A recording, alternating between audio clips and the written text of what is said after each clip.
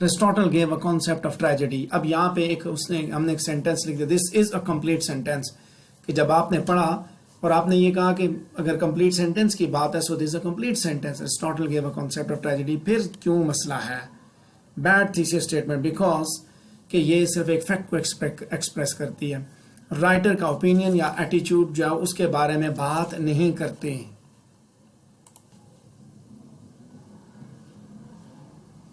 So this is a bad thesis statement because writer کو آگے ایک ڈائریکشن نہیں ملی کہ وہ کتنا ایکسپلین کرے گا. Aristotle gave a concept of tragedy. کیا لکھیں گے آپ اس کے اوپر؟ آخر میں آپ نے سینٹینس لکھ دیا تو کدھر جائیں گے؟ جب آپ نے لاسٹ میں سینٹینس لکھا then you have got a lot of things to talk, a lot of things to discuss. اب یہاں پہ کیا آپ ڈسکس کریں گے؟ کچھ بھی نہیں, کوئی بات آپ کے پاس کرنے کے لیے نہیں ہے. جب کرنے کے لیے کچھ نہیں ہے تو کیا کریں گے؟ So now look at this one. In poetics, Aristotle tells about tragedy being composed of 6 elements: plot, character, diction, thought, and spectacle.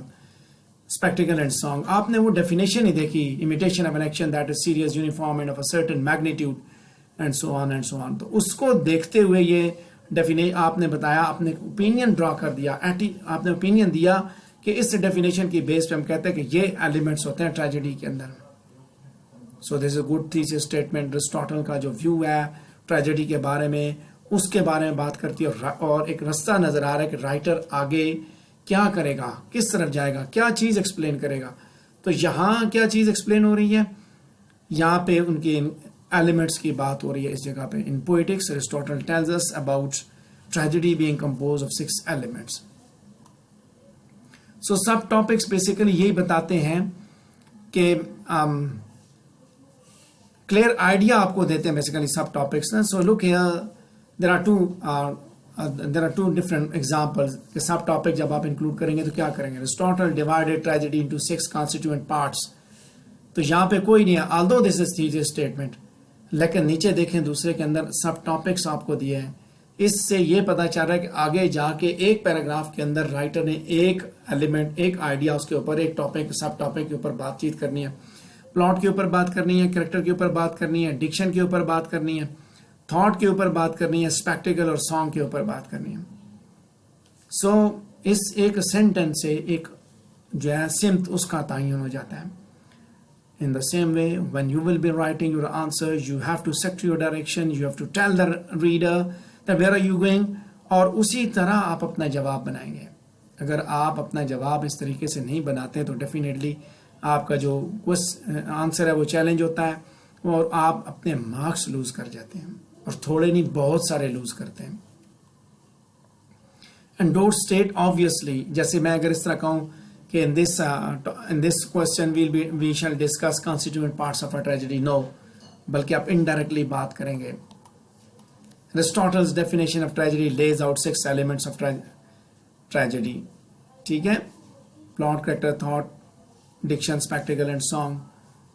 obvious نہیں کر کے بتانا کہ ہم اس میں یہ بات کریں گے, ہم پچھلے چیپٹر میں یہ دیکھ چکے ہیں. So don't talk like that. اس کے ذریعے آپ ایگزامینر کی ٹینشن کو کیچ کر جاتے ہیں. You are not announcing your main topic, you are not stating the things obviously, rather in a hidden way you are talking about the answer. So please be careful when you are writing your answer. Be choosy, be careful, and write an immaculate answer. That would be the winning answer. ٹھیک ہے, سوال کو سمجھنے پہ time ضرور لگائیں, سوچیں کیا جواب لکھنا ہے. سوچے سمجھے بغیر جب لکھا جاتا ہے پھر اسی طرح جو بات آتی ہے آپ لکھ کے آ جاتے ہیں. سو دیر از اے کی نوٹ کہ سمپلسٹک اور irrelevant ویلیو ججمنٹس جو ہے ٹیکسٹ یا آتھر کی وہ نہیں دینی.